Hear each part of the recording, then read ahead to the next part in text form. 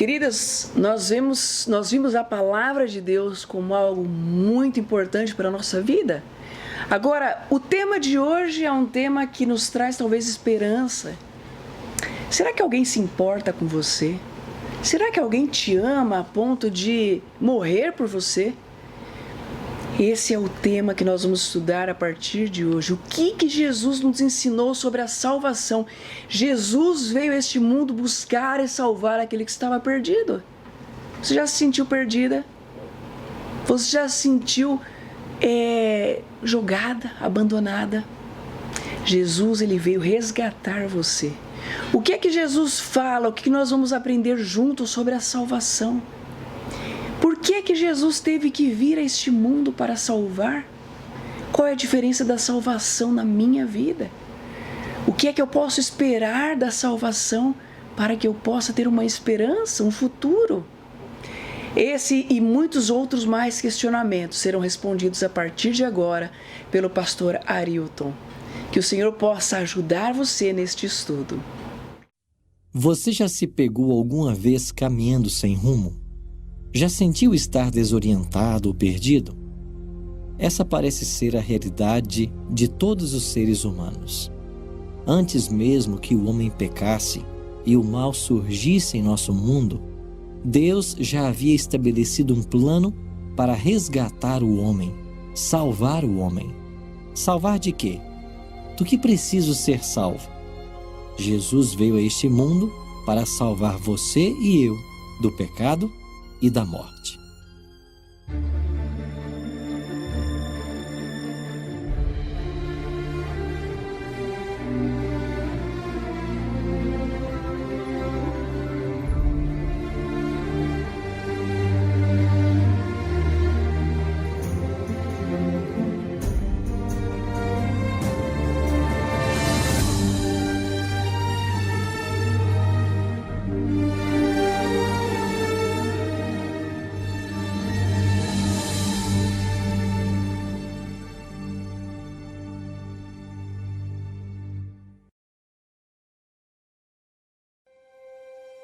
Em janeiro de 2013, morreu nos Estados Unidos, aos 83 anos de idade, Leon Leyson. Você sabe quem foi esse homem? Você conhece sua história?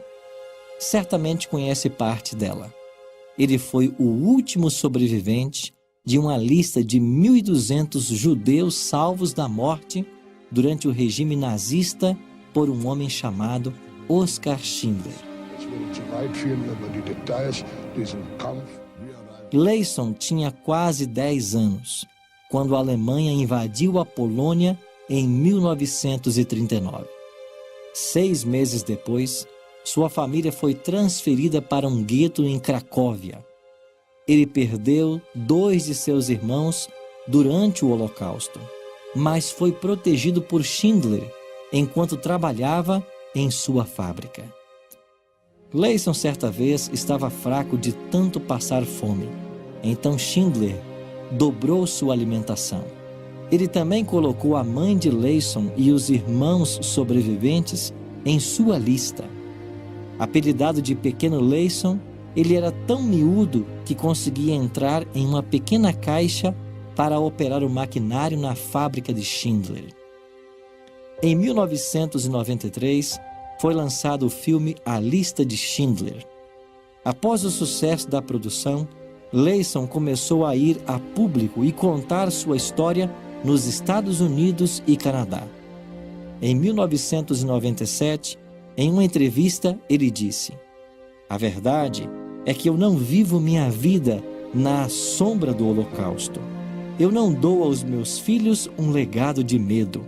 Eu dou a eles um legado de liberdade." Leyson viu Schindler pela última vez em 1974, em uma visita a Los Angeles, pouco antes de morrer. Leyson estava com um pequeno grupo de judeus que foram ao aeroporto para recebê-lo. Mas antes que se apresentasse, Leyson ouviu de Schindler: "Eu sei quem você é. Você é o pequeno Leyson. Você é o pequeno Leyson."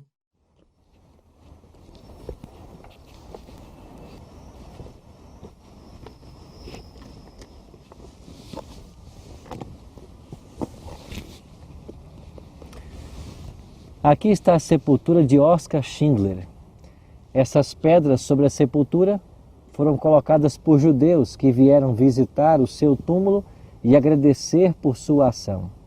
Ao colocarem essas pedras sobre o seu túmulo, eles sempre pronunciam um ditado: quem salva uma alma, salva a humanidade. E aqui, na sua sepultura, está escrito em hebraico: justo entre as nações. E em alemão: Salvador inesquecível de 1.200 judeus perseguidos.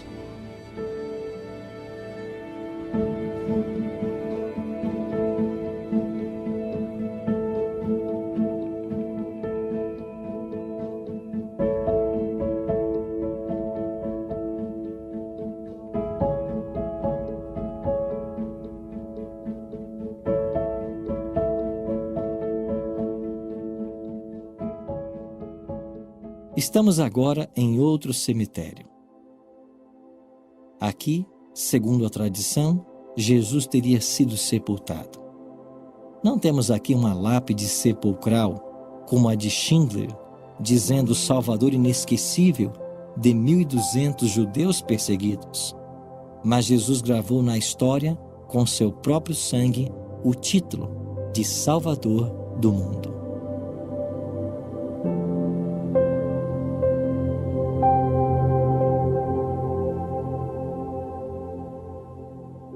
Em Lucas 19:10, Jesus deixou isso muito claro, porque o Filho do Homem veio buscar e salvar o que se havia perdido. Jesus veio resgatar a humanidade da morte eterna. Já em seu nascimento, o anjo havia dito a José: e lhe porás o nome de Jesus, porque ele salvará o seu povo dos pecados deles. Já o piedoso Simão, por ocasião de sua apresentação no templo, declarou: Senhor, já podes despedir o teu servo em paz, porque os meus olhos viram a tua salvação. A Bíblia informa que o salário do pecado é a morte. Já que todos pecaram, o nosso destino certo seria a morte eterna. Mas Jesus veio a este mundo para assumir a nossa culpa, morrer em nosso lugar. E graças à sua morte, nós hoje podemos ter uma segunda chance, uma segunda oportunidade de vida eterna. O plano da salvação não foi um plano tardio. Deus não foi pego de surpresa. É por isso que a palavra de Deus declara que o Cordeiro de Deus foi morto antes mesmo da fundação do mundo. Antes que o pecado surgisse, Deus já havia providenciado um plano, caso o homem caísse, para que ele pudesse ser salvo. Em Lucas 15, nós encontramos 3 parábolas. A parábola da ovelha perdida, da dracma perdida e do filho perdido. Este capítulo poderia ser chamado os achados e perdidos da Bíblia. Mas na parábola da ovelha perdida, Cristo nos ensina de que não fomos nós quem fomos ao encontro dele, ele que veio ao nosso encontro. Nós não encontramos a Cristo, foi ele quem nos achou. Ele veio em nossa direção, ele veio nos salvar do pecado, nos salvar da morte eterna. Não nos arrependemos para que Deus nos ame, mas Deus nos ama para nos conduzir ao arrependimento.